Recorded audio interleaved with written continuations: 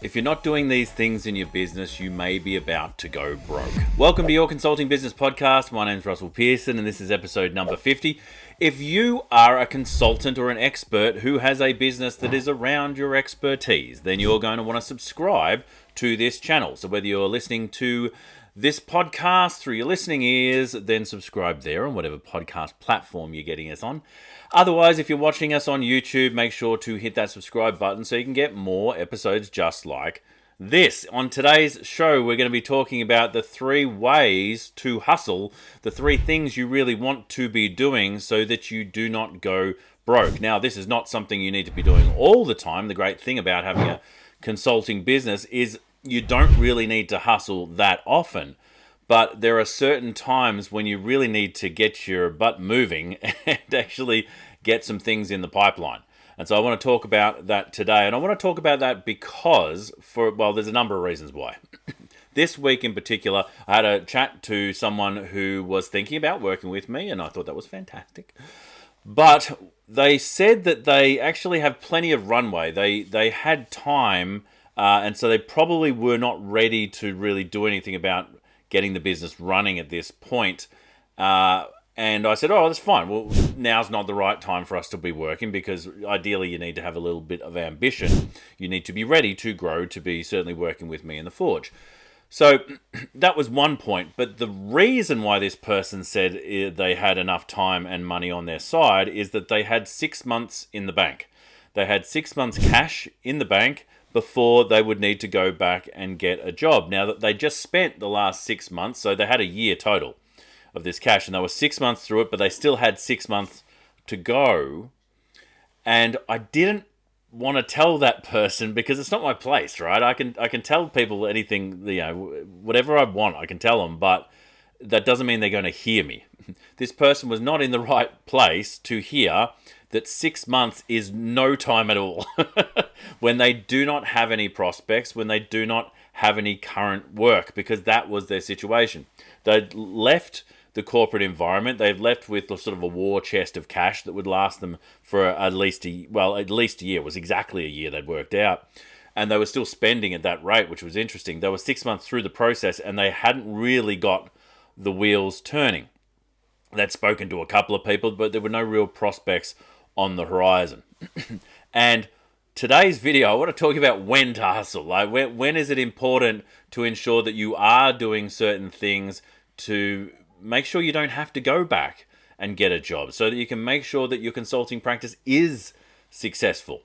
Now, before I tell you the 3 things, I need to go back in time, right? And I need to tell you about some past sins myself. I've been reflecting on this lately because I'm in the middle of writing this book, and I went back to when I started, the first year that I started in my business. I had worked out, I don't know how I'd worked it out, but I worked it out that I only needed to work 16 hours a week and I would have as much income as when I was in my job, as long as I charged this much per hour. And so I thought, great, I only need to work 16 hours a week to run this business. And so I find myself eating popcorn at 10 a.m. on a Tuesday morning in the cinemas on my own just because I decided to play hooky and actually, I'm running my business now so I can do whatever I want, whenever I want. And so I find myself in this cinema watching watching a movie. In fact, the movie was The Departed, which was very, very cool. But I was watching this movie and just stuffing my face full of popcorn and thinking, how good is it to be in business? Now, this is just one example. I've actually got a second one. I remember I was leaving I actually did have work at the time, right? I'd already captured the work before I'd gone into business. And to be honest, this is just about the only thing that saved me for what happens next. I'm leaving a client's premises. We just had a meeting. I was walking back to my car. I'm walking past all these shops. And I hear this sort of gavel hammer slam down and sold, go. Now, I love auctions. And so I hear this auction. And I look around and I see that there's an auction house across the street. And so I walk in. It's this little old wooden building. And there's these auctions going on. And I thought, this looks fantastic. It's like the place is stuffed full of furniture. People are all crowded around the auctioneer. And he's ringing this gavel. I decided to go back there the next week. And I went in early and I spent the entire day right? So I went up to the little register and I got my little card, which is a little plastic thing with a number on it. And I'm like, all getting excited. I'm going to be part of this auction. And interestingly about auctions, I was taught about auctions years ago by my uncle when I was going to buy a property. And he said, don't bid until the property's been passed in or is about to be passed in, so that you can make a bid after all the nonsense happens. Now, that was good advice at the time because I actually won that auction. But going into this auction, it was a very different situation because I thought I could sit back. I got my little number. I'm about to raise it to get something. And so I wait. And they say the first lot is this thing. And they start, there was like, do I hear $10? And someone says 10. Someone says 15. There's a slight pause and the guy goes, sold. I've gone, whoa, that was fast. And I realized that I needed to be much faster in this auction because they were slamming the gavel. The opportunities were just going really, really fast. And I got into the swing of it, and I really enjoyed that process. But what's interesting is that I'm here at an auction house buying things like picture frames and tools and a piano was something that I bought. I bought some really good wine there too that I've actually still got. But I went through this process of spending my time wherever I wanted in the first year, and it actually felt like I was having time off from the job that I had just left. Now, I did work those 16 hours, but what I didn't realize is I needed to work much more than the 16 hours because doing the work was only part of my job. And interestingly, when I was about to leave to start my own business, the client that I'd already got on the side said, if you start your business and go full time, we're going to have so much more work for you. But that work never eventuated, right? And so because I didn't build up the amount of work in that first year, it started to drop away. And so I get to the end of my first year and I go and see the tax man, see the accountant, and he tells me I owe $32,000 in tax. And I'm like, where am I going to get this money from? I've literally just spent everything. I didn't consider tax. I didn't consider thinking about accounting and bookkeeping the entire way through the year. I didn't think about structuring my sales, so I had opportunities growing in the business. And so when I hear someone say that they've got 6 months and they've got that much cash and so they've got plenty of time, I know that if you are not doing anything right now, if you haven't started creating momentum, that is absolutely the time to hustle and actually start getting moving, because there are 3 things in particular you need to be doing to be successful. Otherwise, you will be going back and getting a job. Number 1, right? You need to have prospects. You need to have prospects and opportunities on the horizon. If you don't have somewhere in the neighborhood of 5 to 10 opportunities right now, 10's a better number, because 5 is something you might wait on, and maybe you'll get 1 if you're lucky. 10's a much better scenario. So if you don't have 10 prospects, you don't have 10 people that you're talking to about potentially working with them, without currently having, say, 3 or 4 clients already, then that's really where you need to be focusing right now. If you're sitting back and going, it'll come, people will refer me, they won't. You might get a handful of things, but it will not be regular.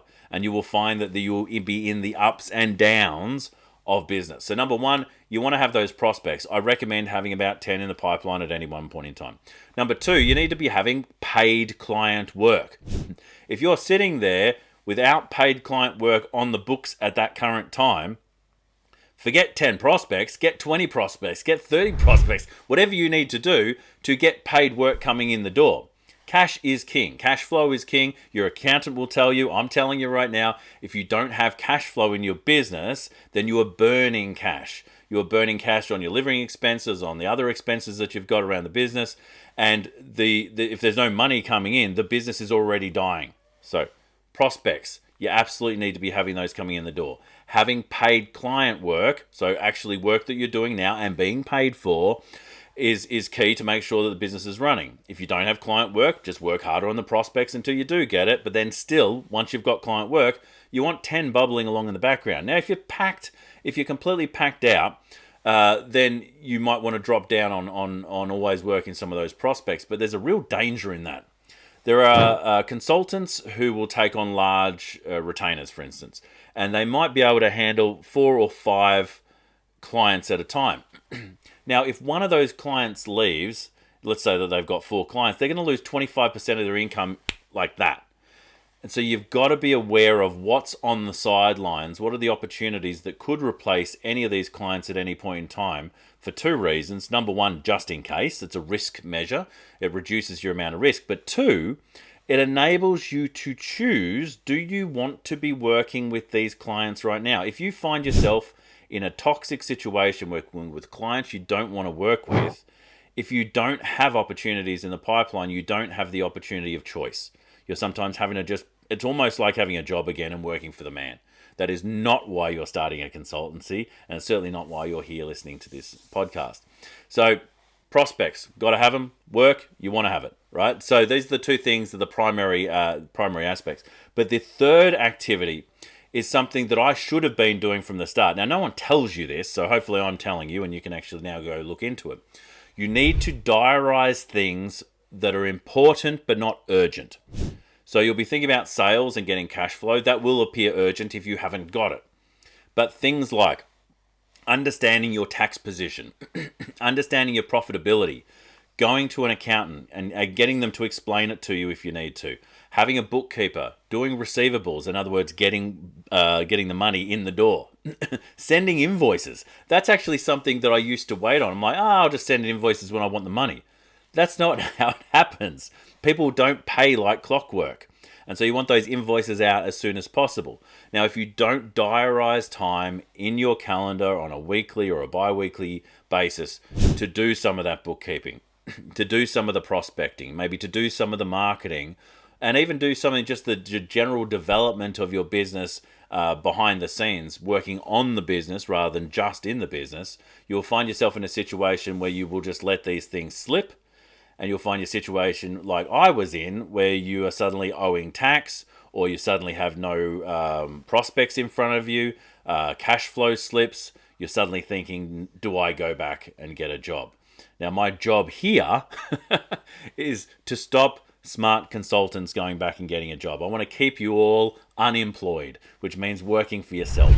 And that's the best business, I think, in the world. And it's the opportunity to work when you want, with who you want, how you want, in fact, making whatever amount of money you want, as long as you're focusing on a couple of key areas. You're running the business. You're making sure that in the diary there's enough time allocated to run the business. A lot of with those people that have those deep retainers, often I would recommend just going to 4 retainers, and if you want to work 5 days a week, 4 retainers of a day each in a roundabouts way, and 1 day where you're working on the business, because it enables you to not only keep the business running smoothly, but it enables you to do research and things like that show you other opportunities and other ways to become far more profitable.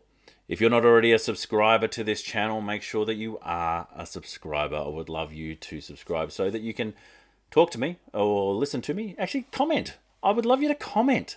What's one of the things that you wish you knew when you started this business? Put that in the comments below. I want this to be a conversation. I'd love to actually speak to you in the comments or even in other platforms. Here's a call to action for you. I'd love, if you're interested, to go over to the Future Proof Business Group over on Facebook. If you're not already part of that group, it is a group of absolute experts, consultants, and people who have specialist expertise who are in a group that talks about adaptability of business. How do we become better at business? How do we evolve as a business owner? How do we become more flexible in the way that we manage and navigate the business world around us? That's what we do in that group, and I go live there every Tuesday as well with Tactical Tuesday to give you a little bite-sized tip of goodness for your week. So if you're not a member, go over and check that out. If you're not a subscriber, please subscribe, and let me know in the comments below, what is something that you wish you knew when you first started this business? Until next time, my name is Russell Pearson. Stay passionate, and I will catch you on the next one. Bye for now.